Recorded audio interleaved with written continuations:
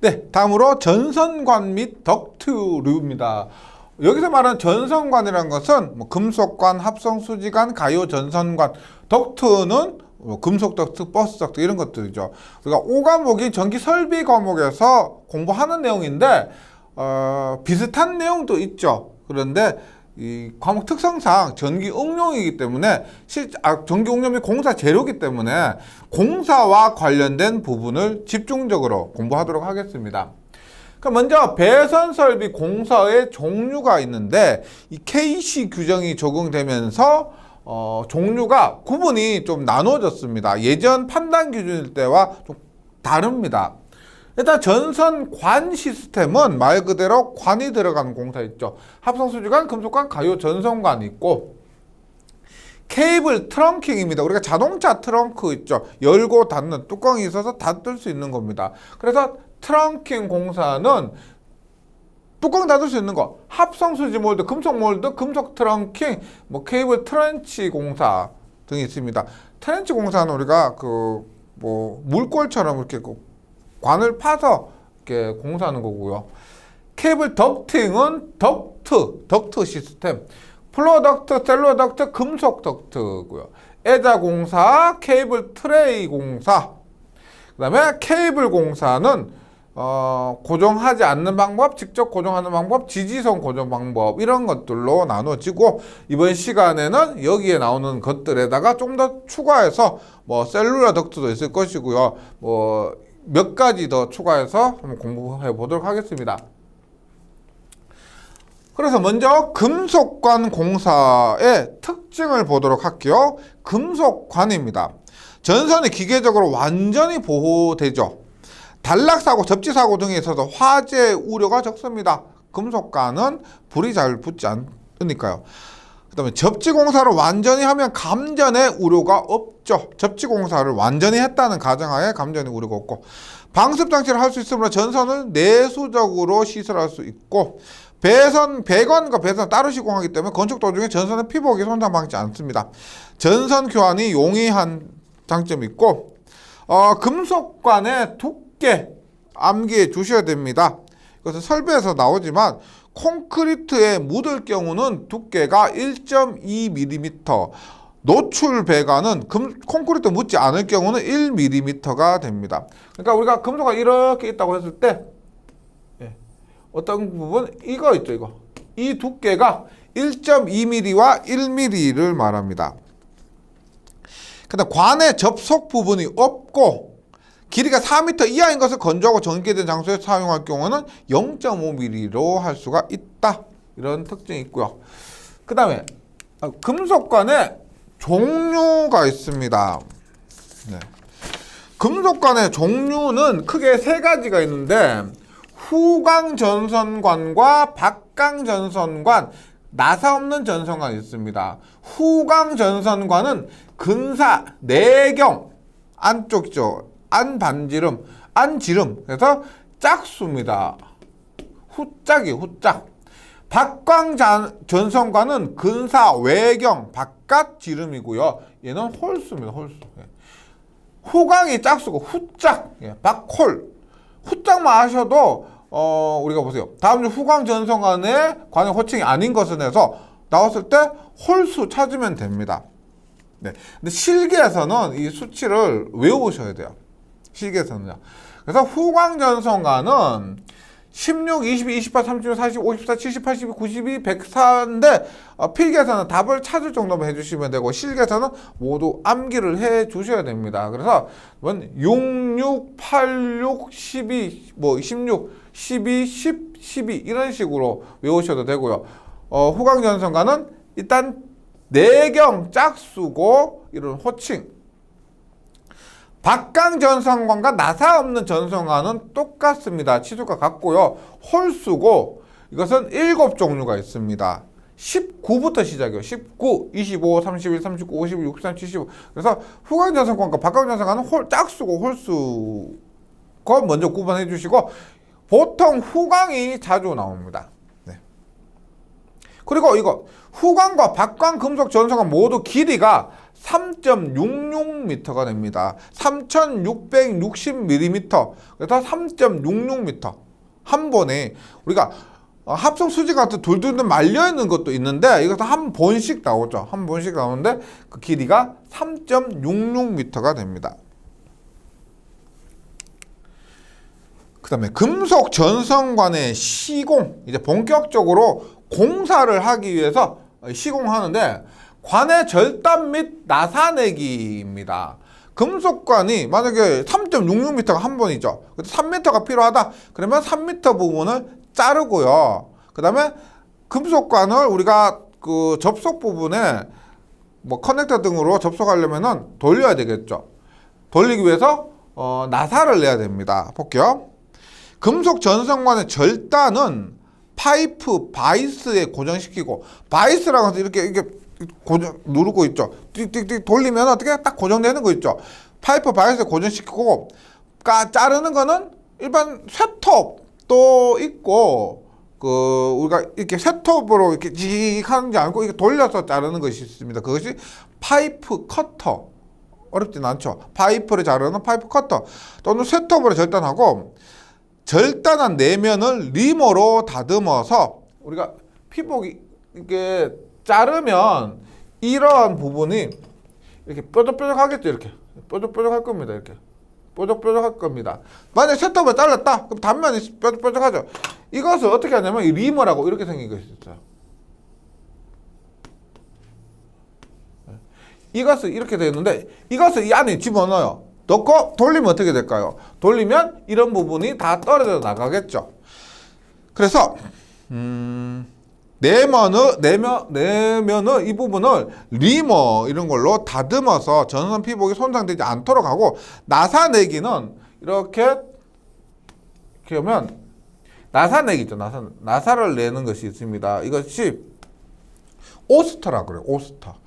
예. 이런 거 요즘은 뭐 대학교에서도 이런 공사를 직접 하는 데가 많이 없는 것 같아요. 제가 학교 다닐 때만 해도 이런 거 정말 금속관 구부리고 나사 내고 자르고 다 했었는데, 그래서 경험을 한번 해보면 굉장히 뭐 생생하게 기억하죠. 근데 요즘은 이거 실습하는 데가 많이 없는 것 같습니다. 그래서 결과만 기억을 해주시고요. 이렇게 절단 및 나사내기를 한다.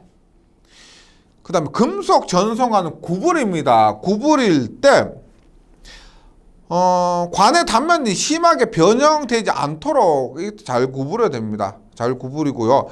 안쪽의 반지름은 관 안지름의 6배 이상입니다. 그래서 우리가 이게 만약에 안지름이 D라면 이 반지름 있죠. 굴곡 부분은 6D. 6배 이상으로 해야 됩니다. 너무 급하게 뭐 3D, 4D라면 여기 전선 넣어요. 전선을 넣어야 되는데 너무 급하면 뭐 이런 식으로 하면 전선을 이렇게 하면 어떻게? 걸려서 전선이 이렇게 안 들어갈 겁니다. 그래서 6배 이상이 되게 해야 된다. 그 다음에 전선관의 길이가 25m를 초과하는 경우, 예전에는 30m였거든요. 변경되었습니다. KC에서 변경되어서 25m를 초과하는 경우는 25m 이하마다 풀박스를 설치합니다. 우리가 전선을 이렇게 집어 넣는데 25m 너무 길면은 전선이 잘 못 들어가요. 작업하기 어렵습니다. 그래서 그 중간에 풀박스를 설치해서 풀박스에서 집어넣고, 또 넘으면 풀박스에서 집어넣고, 이런 식으로 하는 거죠. 그래서 굴곡 부위가 있는 경우는 15m를 초과할 수가 없습니다. 세개소를 초과하는 직각 또는 직각에 가까운 굴곡개소를 만들어서는 안 된다. 굴곡개소가 이렇게 1개, 2개, 3개소인데 초과하는 경우 4개소 이렇게 만들면 안 된다. 굴곡개수는 3개소 초과하면 안 되고요. 그 다음에 금속관의 굵기는 전선 및 케이블의 피복 절연물 등을 포함한 단면적의 총 합계가 관의 내 단면적 3분의 1을 초과하지 않는 것이 바람직하다. 이 규정도 예전에 32% 이런 규정이 있었거든요. 32% 규정에서 3분의 1 관 단면적이 전선 전체에 전선을 넣는 것이 관 단면적의 3분의 1을 넘어서는 안 된다. 초과하지 않는 것이 바람직하다. 그 다음에 전기 응용 및 공사 재료에서는 공사기 때문에 금속과 공사에 가장 많이 나오는 것이 이겁니다. 공사하는 데 필요한 부속품. 네, 부속품 볼게요.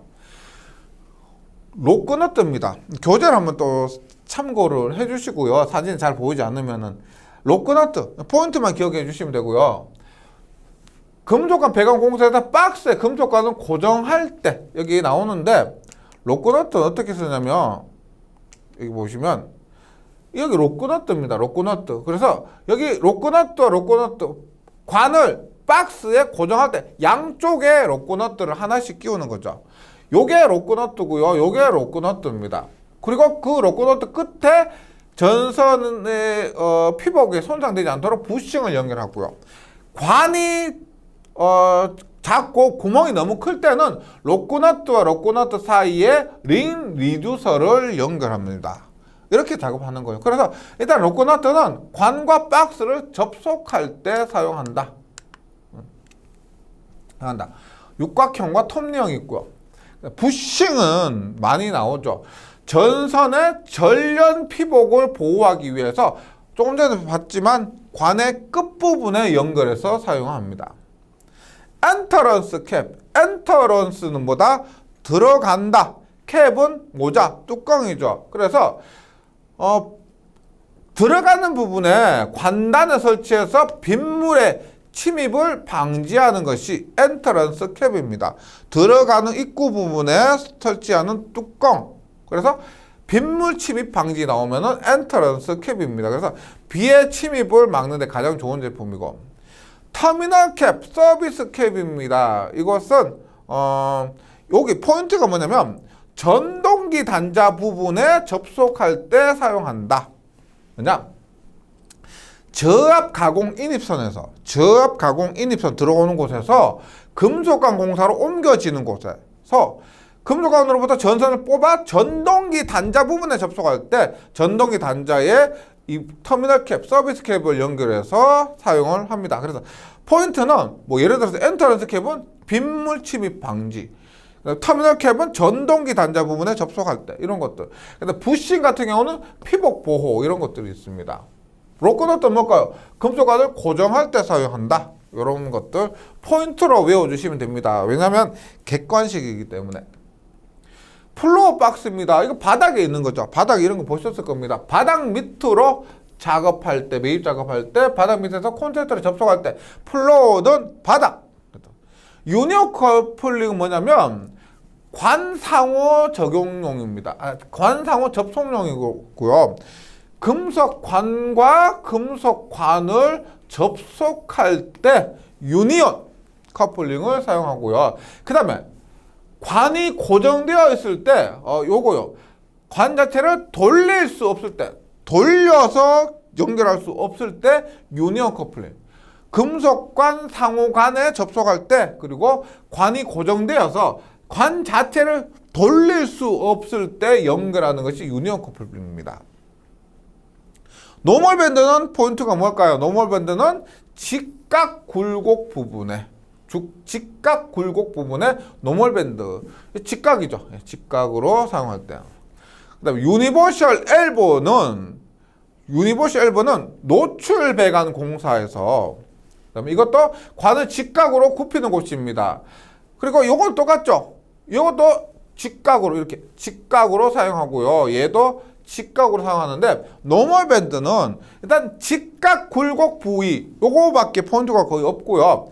유니버셜 엘보는 노출 배관 공사에서 또 직각으로 굽히는 곳에 사용한다. 그리고 종류로서 세방향 T형, 그다음에 크로스형, 네방향으로 LL, LR, LB형 등이 있습니다. 유니버셜 엘보. 그다음에 픽스처 스터드와 히키입니다. 이건 어떻게 보냐면 이렇게 박스가 있어요. 박스가 있는데 박스에 저 전등을 달고 싶어. 그러면 얘가 무겁죠. 그래서 여기에 픽스처 스터드, 히키 이런 것들을 달아서 이 전등을 이렇게 연결하는 겁니다. 그래서 아웃렛 박스에, 이런 아웃렛 박스예요. 박스에 조명기구 등을 부착시킬 때 기구 중량의 장력을 보강하기 위해서 사용한다. 이것이 픽스처 스터드와 히키 이거에 거꾸로 있죠. 이 부분 거꾸로 이렇게 박스에 설치하는 겁니다. 똑같이 역할은 똑같아요. 픽스처 스터드와 히키. 새들은 뭔지 아시겠죠? 파이프를 조영제에 고정시킬 때 사용한다. 고정시킬 때 이렇게 했을 때 관을 이렇게 고정시킬 때 새들을 사용하게 되고요. 링 리듀서는 조금 전에 그림을 보셨지만 박스 구멍이 금속광보다 너무 크면 박스의 구멍이 금속광보다 관보다 너무 크면은 금속광을 고정할 때 링 리듀서를 사용하게 되고요. 컨비네이션 커플링 뭘까요? 컨비네이션 피자 많이 들어보셨죠? 피자는 뭐다? 컨비네이션 요거 저거 섞은 거. 커플링은 유니온 커플링 뭐예요? 금속관과 금속관을 연결하는 거죠. 다른 종류를 연결할 때 컨비네이션 커플링을 씁니다. 뭐다? 금속관과 금속관은 유니온. 그래서 혹은 돌려 끼워서 사용할 수 있을 때 유니온이고요. 컨비네이션은 뭐다? 금속관과 다른 것, 가요전선관, 상호간의 접속이 컨비네이션 커플링이 됩니다. 접지 클램프 뭐요? 말 그대로 금속관 공사에서 관을 접지할 때 사용되는 것이 잡아주는 부분이 접지 클램프가 됩니다. 그래서 금속관 공사 조금 더 보면 그림을 한번 볼게요. 앞에 했지만 우리 25m 이상 되는 곳에 이러한 풀박스를 연결해서 사용한다 그랬죠. 풀박스에는 이런 접지를 하고요. 그다음 금속관을 고정할 때는 새들을 사용합니다. 그리고 새들의 간격 2m 이하요. 우리가 애자 2m죠. 합성수지관은 1.5m입니다. 금속관, 지지점 간의 거리는 2m 이하고 이렇게 금속관과 금속관을 접속할 때 커플링을 사용합니다. 뭐 유니온 커플링 이런 것들이요. 그리고 유니버셜 티어 이런 것들도 사용하고 이런 식으로 금속 전선관 공사를 하는 예가 됩니다. 한번 참고해 주시고요. 그 다음에 금속관 공사를 직접 해보신 분이 아니라면은 조금 궁금하실 거예요. 좀 전에 보여드렸지만 전선관을 박스에 접속할 때 기본적으로 우리가 이 오스터를 나사 내나 그랬죠. 나사를 내고 이 나사 낸 곳에 왼쪽 안쪽과 바깥쪽에 하나씩 록너트를 설치합니다. 그리고 끝부분에 전선의 손상을 방지하기 위해서 또 부싱을 연결하고요. 네. 그리고 구멍이 너무 클 때는 록너트와 록너트 사이에 링 리듀서를 또 연결하게 됩니다. 그리고 록너트는 이렇게 생겼고 링 리듀서는 옛날에 그냥 엽전처럼 이렇게 생긴 것이 됩니다. 이것이 금속관 공사였고요.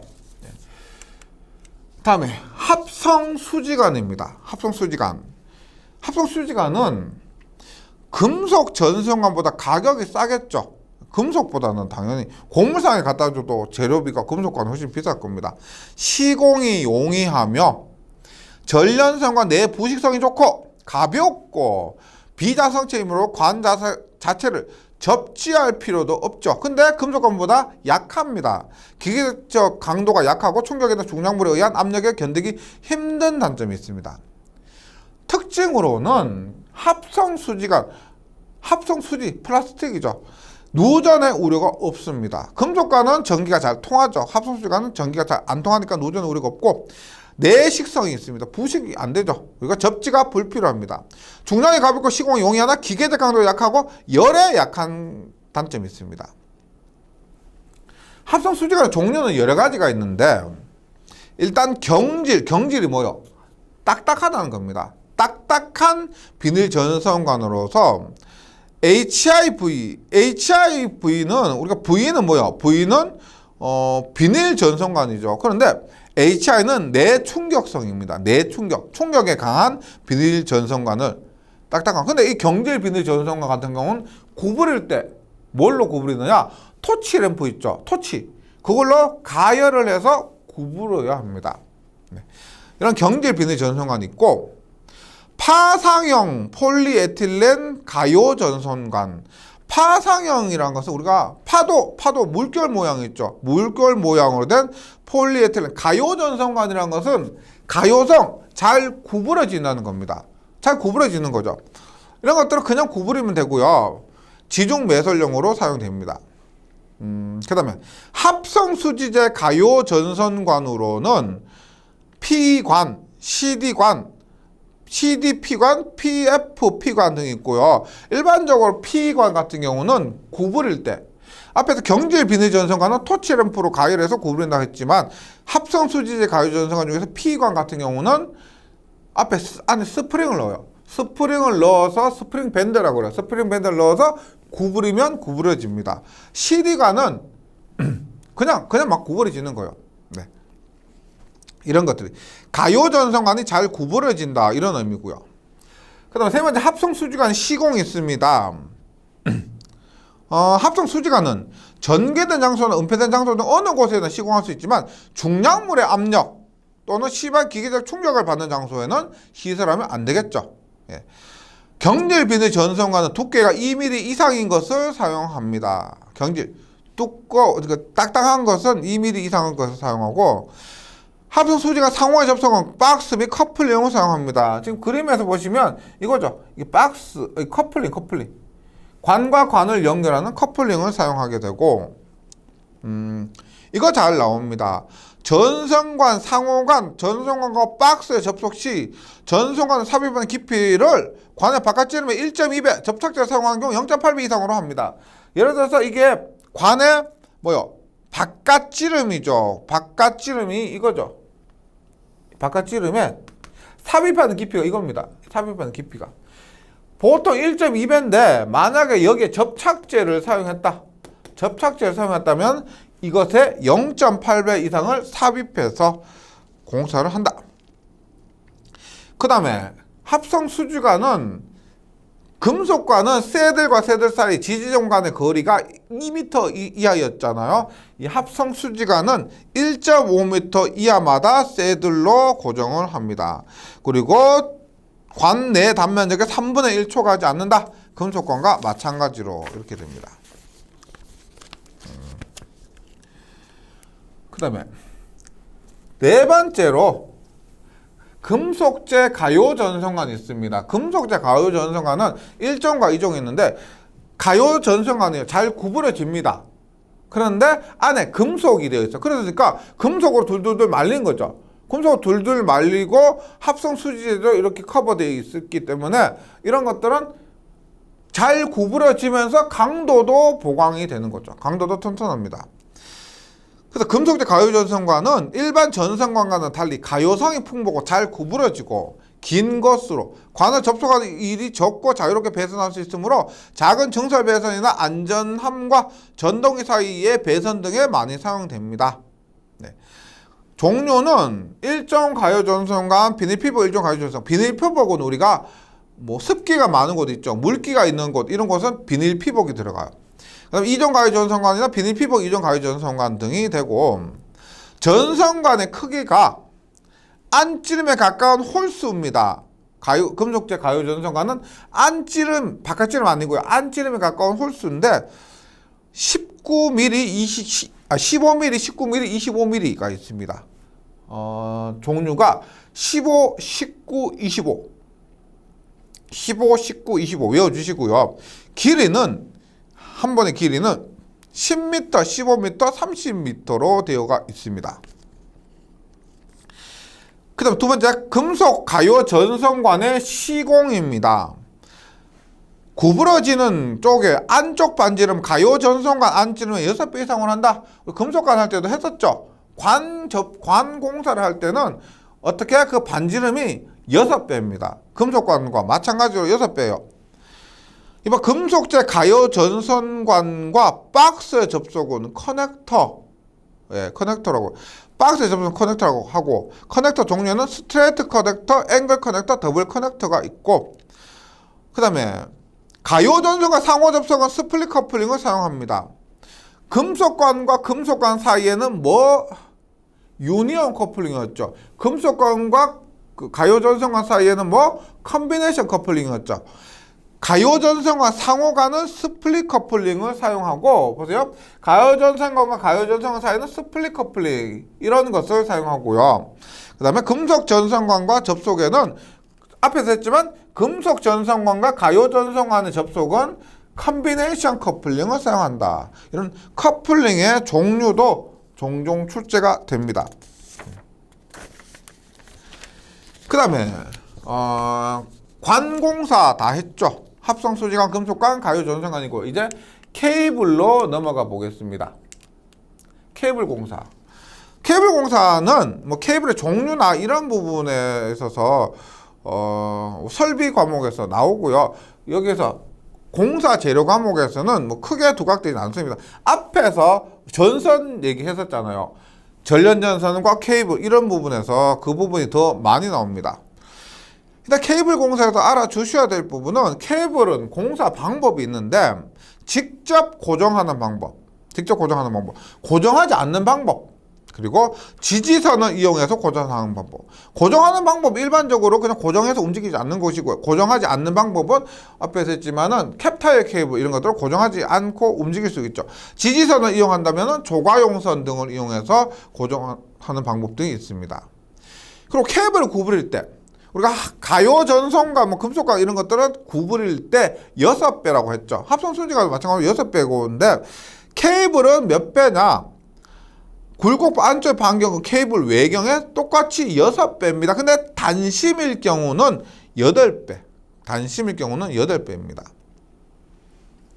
그리고 케이블을 조영제 아래면 또는 옆면에 따라 붙이는 경우 케이블 간 지정하는 거리를 금속관도 2m, 애자도 2m, 케이블도 2m입니다. 그런데 사람이 접촉 우려가 없는 곳에서 수직으로 붙이는 경우에는 6m가 됩니다.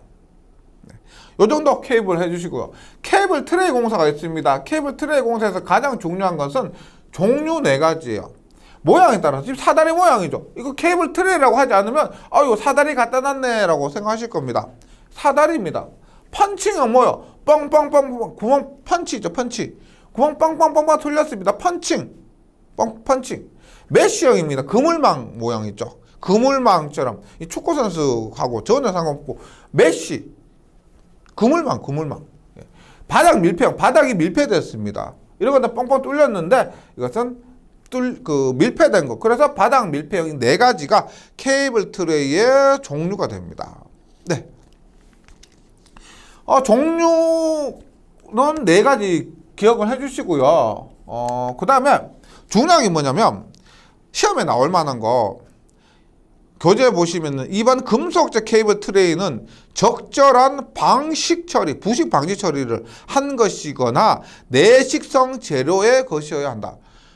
내식성 재료를 사용하거나 아니면 부식 방지 처리를 합니다. 3번 비금속제 케이블 트레이는 금속이 아닌 비금속제 케이블 트레이는 난연성 재료의 것이어야 합니다. 3번 수용된 모든 전선을 지지할 수 있는 적합한 강도의 것이어야 하는 거 당연하죠. 이 경우 케이블 트레이 안전율은 1.5, 이론값이 1이라면은 실제 1.5, 안전율 1.5 이상으로 합니다. 케이블 트레이 안전율 1.5. 케이블 트레이 공사에는 연필 케이블, 알루미늄 케이블 등의 난연성 케이블 또는 금속관 혹은 합성 수지관에 넣은 전련 전선을 사용할 것. 그러니까 전련 전선 같은 경우는 금속관이나 합성 수지관에 넣은 것이고요. 연필 케이블, 알루미늄 케이블 등을 사용할 수가 있다. 6번 케이블 트레이 시스템에서 금속과 합성 수지관 등으로 옮겨가는 함으로 옮겨가는 개수에는 압력이 가해지지 않도록 지지해야 한다. 네. 그 다음에 7번 금속 덕트 공사입니다. 덕트 공사 보시면 뭐 이런 식으로 이게 덕트죠. 덕트 안에 전선을 집어넣고요. 이렇게 천장에 고정을 시켜서 사용할 수가 있습니다. 덕트가 굉장히 크죠. 덕트 이런 것들은 우리가 뭐 최소 5cm 이상 되는 폭이요. 그래서 엄청 큽니다. 덕트 볼게요. 빌딩, 공장 등의 전기실에서 많은 간선을 인출하는 곳에 사용하고 건조하고 전개된 장소에만 시설 가능합니다. 일단 폭이 금속 덕트의 폭은 최소 40mm, 4cm죠. 4cm 얼마 안 되는데 최소가 그렇습니다. 보통 더 크죠. 폭이 40mm 이상이고 이 두께는 1.2mm 이상인 철판 또는 동등 이상의 기계적 강도를 가진 금속재의 것으로 제작해야 되고요. 그 그 다음에 이 간격이 있죠. 지지점 간의 간격이 우리가 앞에서 또 대부분 2m였죠. 합성수지간 1.5m고 뭐 2m가 많았는데 이것은 3m 이하의 간격. 이상이 아니고요. 간격이니까 3m 이하의 간격으로 견고하게 지지하고 뚜껑이 쉽게 열리지 않도록 하면 덕트의 끝부분은 막아야 합니다. 예. 3. 금속 덕트의 안쪽 면 및 바깥 면에는 산화 방지를 위해서 아연 도금 또는 이와 동등 이상의 효과를 가지는 도장을 해야 된다. 금속 덕트의 안쪽 면도 그렇고 바깥 면 둘 다 산화 방지 위해서 아연 도금을 한다.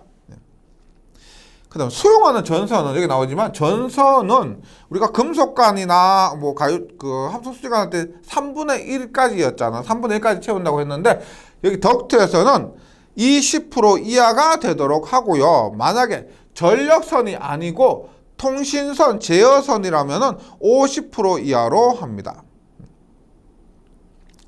그 다음에 금속 덕트를 조영제에 취부하는 경우 금속 트렁킹 지지점 간의 거리를 앞에서 나왔지만 3m인데 취급자 이외자가 출입할 수 없도록 설비한 곳에서 수직으로 붙인 경우는 6m 이하로. 이것은 케이블하고 똑같죠. 케이블하고 똑같이 6m고요.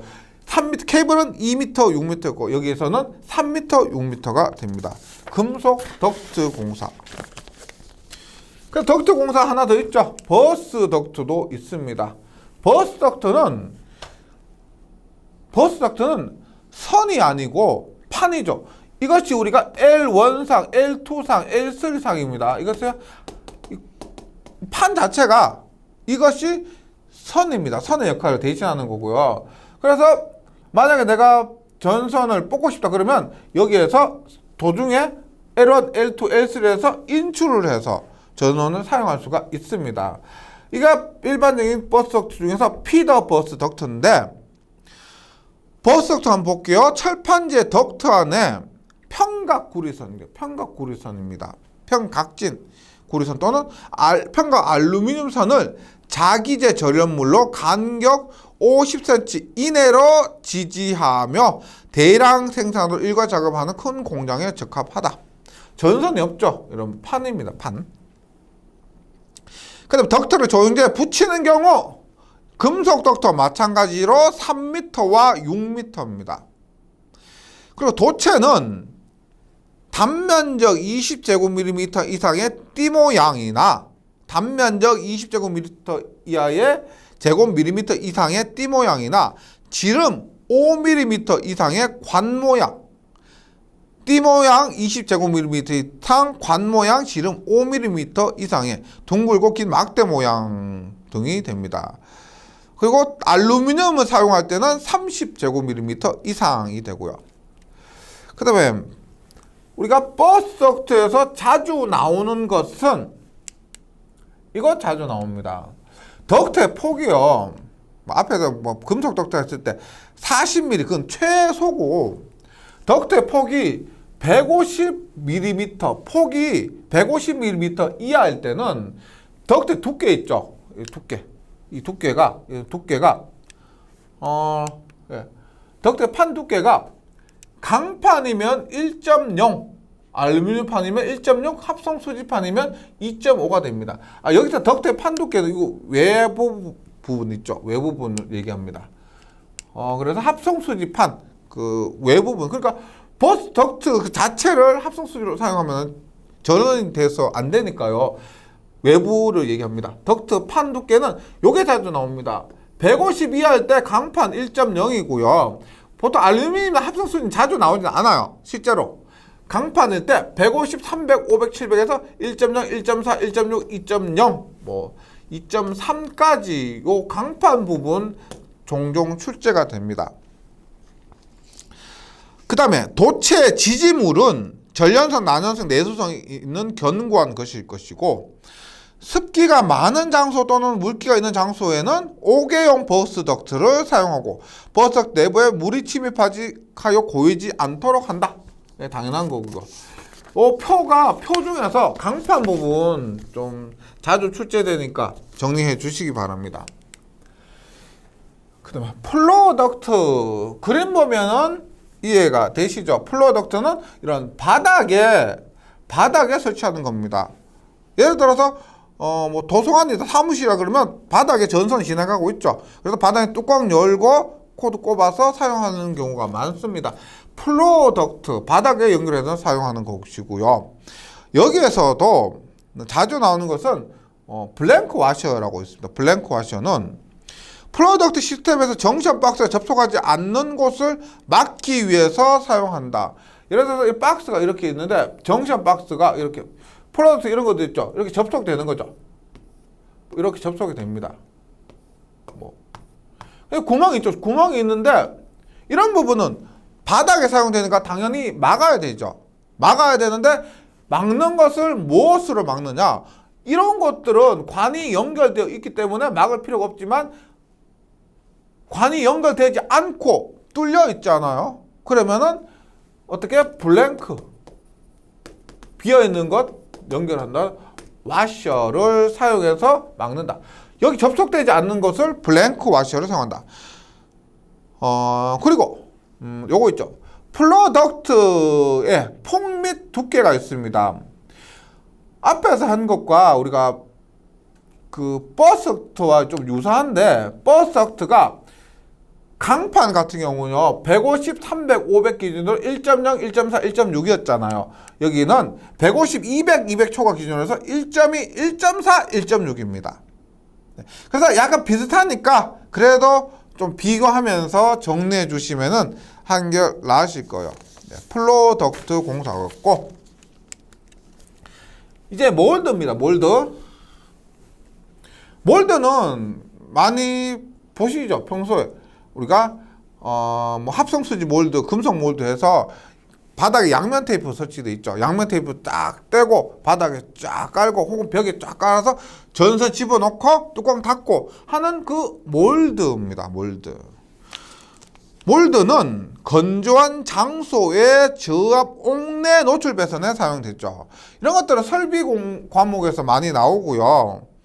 교재를 보시면 전선은 전련전선, 오경 비닐 전련전선을 제외하고 또는 케이블을 사용하는데, 다만 전련전선은 합성수지 몰드가 IP4X 또는 IPXXD급의 보호를 제공하고 도구를 사용하는 의도적인 행동을 통해서 덮개를 제거할 수 있는 경우에만 사용할 수가 있다 했을 때, 공사에서 제가 원래도 시험을 봤는데 이런 보호 등급 문제가 이렇게 나옵니다. 보호 등급 문제가 하나씩 나오게 되는데, 우리 지금 전련전선은 합성수지 몰드가 IP4X급이나 IPXXD급의 보호를 제공하고 도구를 사용하거나 의도적인 행동을 할 때 사용할 수가 있다라고 했습니다. 그래서 IP2X가 뭐냐면 손가락의 위험 부분으로 접근하는 것에 대한 보호고요. IPXXD는 전선의 접근에 대한 보호가 됩니다. 그리고 IP2X는 좀 더 구체적으로 지름 12.5mm 이상의 외부 분진에 대한 보호, 지름 12.5mm 이상의 외부 분진에 대한 보호가 됩니다. 그래서 IP2X, IPXXD 등급 이상인 합성수지 몰드를 사용할 수 있다. 이것 하고요. 그 다음에 전선의 단면적 10, 알루미늄 16, 이것은 모두 공통적으로 적용됩니다. 공통적으로 옥내 배선 공사에서 적용되고, 합성수지 몰드는 폭 및 깊이가 35mm 이하, 35mm보다 더 크면, 우리가 덕트 얼마였어요? 금속 덕트 40mm 이상이었죠. 합성수지 몰드는 35mm 이하가 되고요. 두께는 2mm 이상의 것. 근데 사람이 쉽게 접촉 우려가 없도록 시설할 때는 좀 더 커도 됩니다. 얼마? 50mm 이하. 그리고 두께 1mm 이상의 것. 더 약하고 커도 된다는 거죠. 그래서 일반 합성수지 몰드는 폭 35mm 이하, 두께 2mm 이상인데, 사람이 쉽게 접촉할 우려가 없으면은 얼마? 50mm 이하에다가 1mm 이상으로 해도 된다. 황동제, 금속 몰드겠죠. 황동제 또는 동제 몰드 폭이 50mm 이하, 두께 0.5mm 이상인 것. 금속 몰드, 황동제 또는 동제 몰드 50에 0.5가 됩니다. 몰드에 넣는 전선의 피복 절연물 포함한 단면적의 합계가 해당 몰드 내 단면적의 20% 이하가 될 것. 그 다음에 금속 트렁킹 공사입니다. 트렁크 했죠. 얘는 트렁킹 공사는 몰드와 비슷합니다. 트렁킹 공사에 몰드, 금속 몰드, 합성수지 몰드, 트렁킹이 있습니다. 그래서 뚜껑을 열고 닫을 수 있다는 거죠. 나머지는 금속 덕트와 유사합니다. 나머지는 거의 유사해요. 그래서 금속재 금속 트렁킹을 사용해서 공장 사무실 등의 다수의 배선은 수납할 목적으로 이용되고, 공사 방법으로 기사용 중인 금속 덕트 중 개폐할 수 있는 덮개가 설치되는 금속 덕트, 개폐할 수 있는 덮개가 설치되는 금속 덕트를 트렁킹이라고 합니다. 그럼 지지점 간의 거리는 3m, 취급자 이외자가 출입할 수 없도록 하는 경우 6m, 금속 트렁킹과 똑같죠. 2번도 보세요.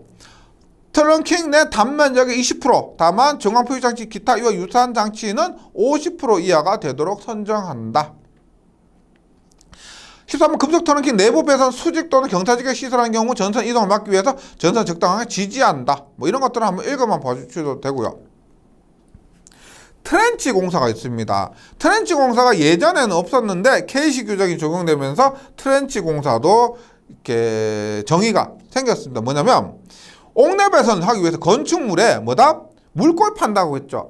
내부 바닥을 파서 만든 도랑입니다. 우리가 그 도랑에 전선을 설치하는 겁니다. 물골 팔면 우리가 거기 빗물 내려가는 것처럼 건물의 내부 바닥을 파서 만든 도랑 및 부속 설비를 말하고, 수용가의 옥내 수전 설비, 발전 설비 등의 설치 장소에만 적용한다. 그리고 이것은 케이블 트레이 공사를 준용합니다. 그리고 케이블의 배선 혈배를 구분하고 2m 이내 간격으로 받침대 등을 설치하게 되고, 케이블 트레이 내부에는 전기 배선 이외 전기 배선만 설치하지 수관, 가스관 등 다른 시설을 설치하지 않아야 하고요. 케이블 트렌치는 외부에서 고용물이 들어가지 않도록 IP2X 등급, 앞에서 했던 그 합성수지 몰드 있죠. 처럼 IP2X 이상으로 시설하여야 한다. 근데 마지막으로 셀룰러 덕트 있습니다. 셀룰러 덕트는 보시면 이 헤드 덕트라고 하는데, 이 하나하나가 뭐냐면 앞에 했던 플로어 덕트 있죠. 그 플로어 덕트라고 보시면 됩니다. 그리고 이런 시스템을 셀룰러 덕트라고 하고요. 그래서 셀룰러 덕트는 부하 용량의 증가에 따라서 배선의 용량 회로 증가하면 부하 위치 변경을 용이하게 대처할 수 있는 배선 설비의 공사 방법이고, 셀룰러 덕트와 플로어 덕트는 모두 이렇게 바닥에 설치하는 겁니다. 이 하나 일부를 플로어 덕트라고 보시면 돼요. 그렇게 하고, 주의사항으로 전선의 단면적이 10, 알루미늄 16 똑같습니다. 똑같고요. 셀룰러 덕트의 판 두께 자주 나옵니다. 우리 앞에서 나왔던 것하고 비교해 보세요. 덕트의 최대 폭이 150 이하일 때 1.29, 200까지는 1.49, 200 초과하는 경우는 1.6이 됩니다. 어디서 보신 적 있죠? 앞에서 했던 것, 플로어 덕트 있죠? 플로어 덕트하고 똑같죠? 플로어 덕트도 150에 1.2, 150에서 200 초과가 1.4. 근데 요거 조금 더 구체적인 부분이 있는데 일반적으로 1.4고요. 200mm 초과하는 경우는 1.6입니다. 그래서 말씀드렸지만 플로어 덕트와 셀룰러 덕트는 똑같이 보시면 되니까요. 지금 이 수치도 같이 외워주시면 되겠습니다. 네. 여기까지 지금까지 전선관 및 덕트류 공사에 대해서 공부를 했습니다. 뭐 계산 문제 없고요. 거의가 다 암기하는 문제입니다. 문제 최대한 많이 볼수록 자신감이 생기실 겁니다. 저는 다음 시간에 다시 뵙도록 하겠습니다. 수고하셨습니다.